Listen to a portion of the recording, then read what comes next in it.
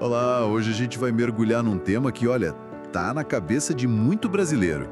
Como é que se alcança a liberdade financeira? É verdade. E o material que a gente está vendo hoje sugere um caminho bem interessante: a renda passiva. Isso. Lembrei até daquela frase famosa, acho que do Benjamin Franklin, né? O dinheiro faz mais dinheiro. Exato. E o texto que a gente tem aqui, ele já começa com uma ideia bacana. O tal ócio financeiro, que não é preguiça não. É tipo fazer o dinheiro trabalhar pra gente de forma inteligente. É uma ótima forma de colocar. Nossa análise hoje vem de uns trechos de um documento. O nome é Ouro Silencioso: Como construir renda passiva para viver com liberdade. Uau! Ouro silencioso. Já dá um peso, né? Pois é, um título bem ambicioso. Tu conta sobre o cenário financeiro aqui no Brasil, os perrengues mais comuns que o pessoal enfrenta Uhum. e, claro, o principal, quais estratégias práticas ele realmente apresenta para a gente conseguir essa tal renda passiva e ter mais segurança, mais liberdade. Isso, e é importante dizer, vamos nos basear estritamente no que está esse material, tá? Combinado. Então, vamos começar entendendo o cenário que ele descreve. Como é que tá a foto do Brasil financeiro segundo esse documento? Olha, o documento pinta um quadro bem desafiador da economia brasileira atual. Ele se baseia em dados de fontes conhecidas, tipo o Banco Central, Serasa, Certo. e um número que chama muito atenção é o do endividamento. Perto de 64% das famílias brasileiras estariam endividadas. 64%. Caramba, é mais da metade das famílias. Exato, é muita gente. E o material ainda complementa, né? Fala de um dado específico do Serasa sobre inadimplência no cartão de crédito. Algo como 27% das pessoas. Isso mesmo, 27%. Aí quando a gente junta isso com a renda média mensal, que o documento diz que está ali por volta de R$ 2.900, citando o IBGE, Uhum. fica bem claro por que tanta gente está buscando uma renda extra, né? A pressão deve ser gigantesca. Sem dúvida. Esse cenário, sabe? Dívida alta, renda média que não acompanha, isso cria uma pressão financeira enorme e acaba empurrando as pessoas para buscar alternativas. Como a renda extra ou a própria renda passiva, que é o foco do documento. Exatamente. Inclusive, o material até sugere uma leitura nesse contexto, o livro Os Segredos da Mente Milionária. Ah, do T. Harv Eker, clássico. Isso, indicando que, trabalhar a cabeça, a mentalidade em relação ao dinheiro, talvez seja um passo que venha até antes das estratégias práticas. Faz todo sentido pensar nisso primeiro, né? Na mentalidade. Mas o documento também fala de uns desafios bem concretos, não é só a parte psicológica. Ele menciona muito o descontrole financeiro e principalmente o peso dos juros altos. Assim, Parece que o grande vilão da história é o cartão de crédito. esse é um ponto super crítico que o material aborda. Ele destaca que juros do rotativo do cartão, sabe aquela taxa que entra quando você não paga a fatura toda? Sei, aquela que assusta. Pois é, ela pode chegar a níveis alarmantes. O documento fala em até 200% ao ano. 200% ao ano? É difícil até de processar esse número. É uma verdadeira bola de neve, uma armadilha financeira que suga o orçamento muito rápido. E tem uma parte no documento, uma tal de caixa de alerta, que reforça isso, né? Diz que o brasileiro médio pode acabar gastando até 40% da renda só com dívida de cartão. Exato, 40%. Imagina, quase metade do salário indo só para cobrir essa conta do cartão. Nossa! E as consequências disso, o documento descreve também, né? Não é só o bolso que sofre. Não mesmo. Gera um estresse, uma ansiedade e, claro, acaba dificultando, às vezes até impedindo, a pessoa de realizar sonhos maiores, comprar uma casa, pensar na aposentadoria. Vira um ciclo vicioso, né? A dívida não deixa você investir ou poupar. Exatamente, fica difícil sair desse ciclo. E para tentar inspirar uma mudança, o documento também recomenda outro livro, um bem antigo, mas super relevante. O Homem Mais Rico da Babilônia. Ah, sim, do George Clason. Isso. A ideia, pelo que eu entendi do material, é que as historinhas do livro trazem lições que valem até hoje sobre disciplina, sobre poupar, sobre como fazer o dinheiro trabalhar pra gente. Princípios que parecem ser cruciais para quem está nessa situação de dívida. Perfeito. É um livro focado nos fundamentos mesmo, na base da gestão financeira pessoal. Mas o documento não para só no diagnóstico e nas sugestões de leitura, né? Ainda bem. Ele avança para oferecer um caminho mais prático, um conjunto de ações. Ótimo! Então vamos para essa parte, a das soluções. O material organiza isso em 8 passos. Quase um guia prático para quem quer sair do vermelho e começar a construir essa renda passiva. Vamos passar por eles? Vamos sim. O primeiro passo, segundo o ouro silencioso, é entender as finanças. Parece básico, né? Mas é a base de tudo. Tipo, saber para onde vai cada centavo? Exatamente. Mapear tudo direitinho, de onde vem o dinheiro e principalmente para onde ele está indo. Gasto por gasto, clareza total. Certo, primeiro raio-x financeiro e depois desse diagnóstico. O segundo passo é educar-se. O documento bate muito na tecla da importância de investir tempo para aprender. Finanças pessoais, investimentos. Buscar conhecimento, então. Livros, cursos. Isso, livros como os que a gente já falou, cursos, workshops. O conhecimento é visto ali como uma ferramenta essencial para tomar decisões melhores lá na frente. Entendido.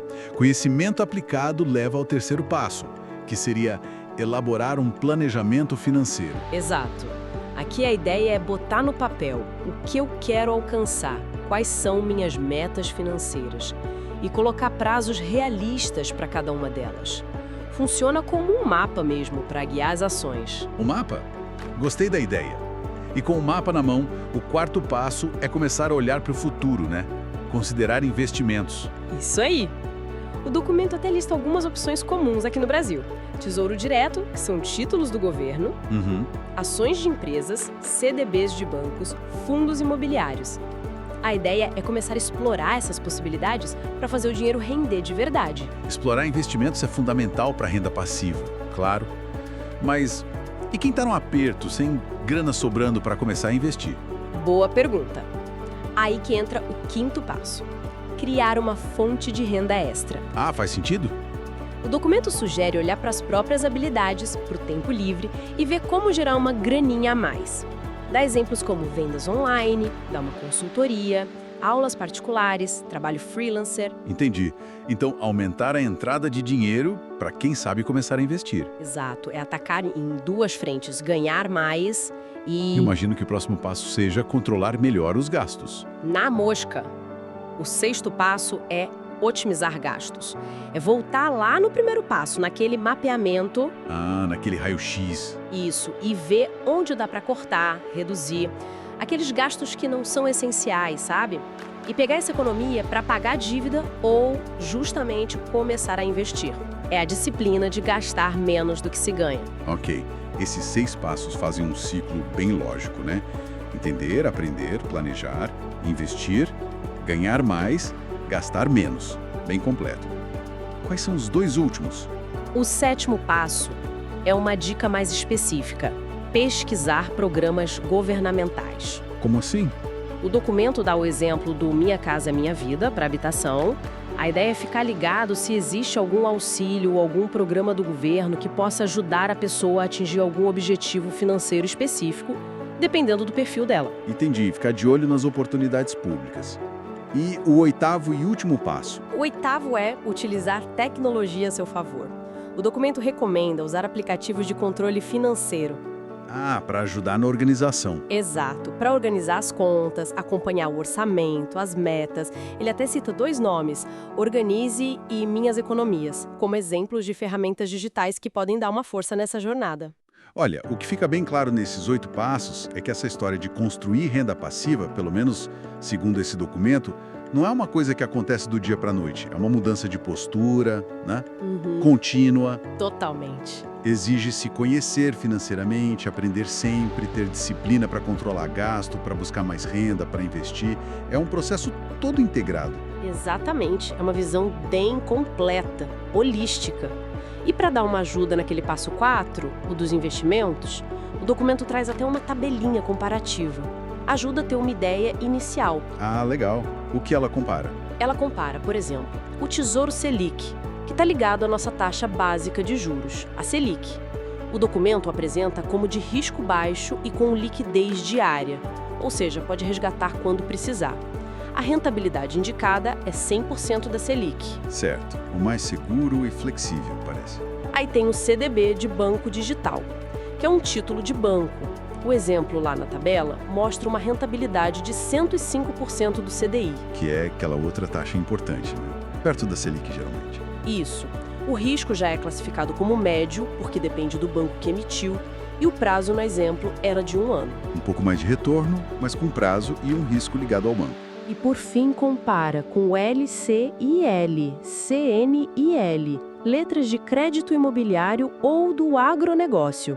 A vantagem é que são isentas de imposto de renda para pessoa física. Ah, isso é bom. Sim, a rentabilidade no exemplo ficava ali entre 98% e 103% do CDI, com risco baixo também e prazo a partir de 6 meses. Essa comparação ajuda a ver as trocas, né?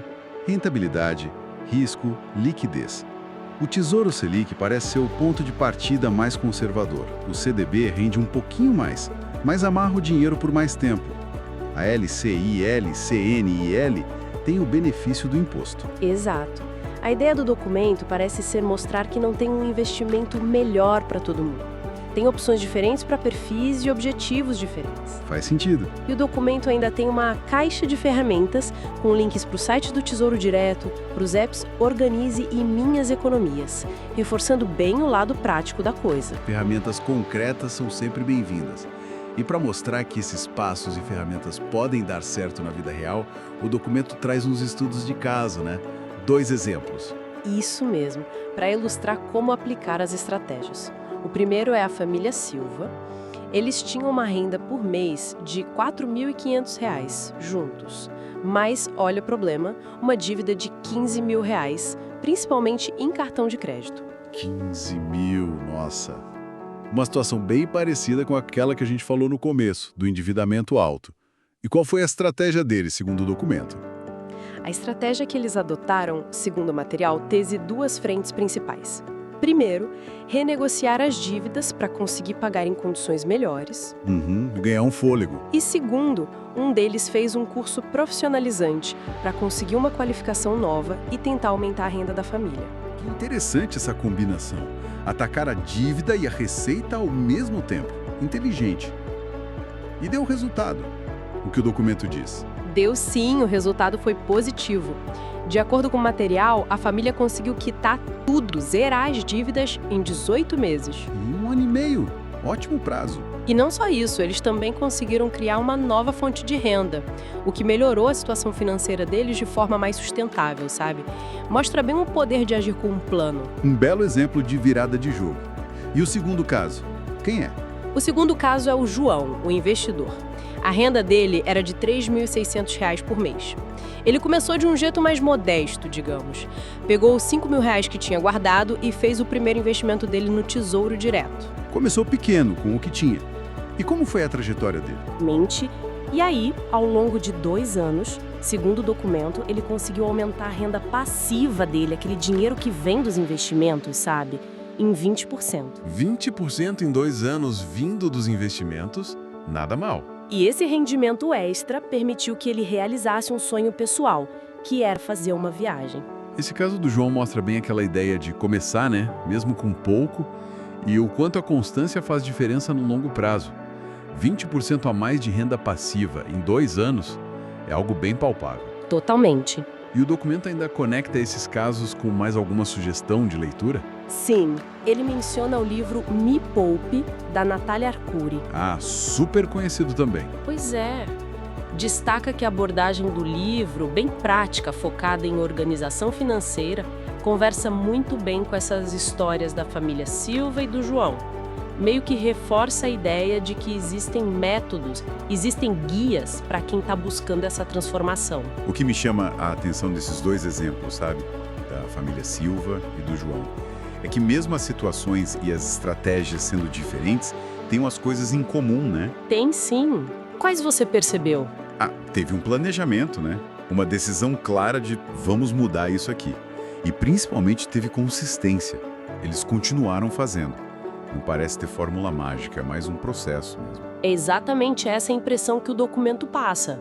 Ele parece enfatizar que construir liberdade financeira é uma jornada, não é um evento isolado que acontece de repente. Uma maratona, não uma corrida de 100 metros. Perfeito. Exige diagnóstico, aprender, planejar, agir e persistir. Os casos mostram que com um método e disciplina dá para virar o jogo, mesmo em situações difíceis, e construir um futuro financeiro mais tranquilo. Isso leva a gente direto para a conclusão do material, né? Qual é a mensagem final, o recado principal que esse ouro silencioso quer deixar? Olha, a mensagem central é que construir renda passiva, alcançar a liberdade financeira, no fundo, é um processo de transformação pessoal e financeira. Transformação, boa palavra. Requer adquirir conhecimento, mudar hábitos mesmo, planejar com cuidado e agir com consistência. O objetivo final, como o documento coloca, é ter mais controle sobre a própria vida, ter mais opção de escolha, sem ficar limitado pela falta de dinheiro. E o texto termina com uma caixa motivacional que tenta amarrar essa ideia, né?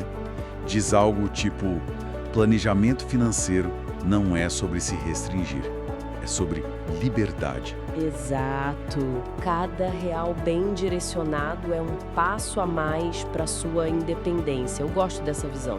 Tira aquele peso de que planejar é só cortar cafezinho, cortar prazer. Na verdade, seria o contrário. Planejar para ter mais liberdade lá na frente. Tem uma perspectiva muito mais empoderadora, né? Que busca dar um novo significado para o esforço de planejar. Sem dúvida.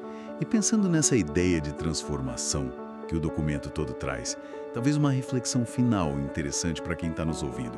Algo que vai um pouquinho além do que a gente discutiu aqui, mas que se conecta com o espírito do material. Manda. Seria assim: independentemente de quanto dinheiro se tem agora, qual seria a primeira mudança? Talvez uma mudança pequena de hábito financeiro que cada um poderia fazer hoje mesmo, e que pudesse ter o potencial de começar uma transformação pessoal maior. Excelente provocação para a gente fechar.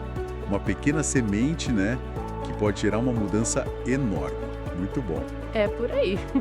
E ó, para quem quiser continuar essa exploração, vale lembrar rapidinho os recursos que o documento mencionou. Os livros Pai Rico, Pai Pobre, a gente não detalhou hoje, mas é sempre citado. Os Segredos da Mente Milionária, O Homem Mais Rico da Babilônia, Meu Pouco. O documento cita também Investimentos Inteligentes do Gustavo Cerbasi. Isso, bastante leitura boa. E as ferramentas digitais como o Organize e o Minhas Economias, além das fontes de dados que eles usaram, né? Banco Central, Tesouro Direto, IBGE, Serasa. Informação e ferramenta não falta, como o documento deixa claro. O grande desafio, muitas vezes, está na aplicação disso tudo, né? De forma consistente no dia a dia. É verdade, a execução é que manda. Bom, com isso a gente encerra nossa análise dos principais pontos desse documento, o Ouro Silencioso. Espero que a conversa tenha sido útil. Tomara que sim, que tenha trazido alguma clareza e, quem sabe, um pouco de inspiração para quem nos ouviu.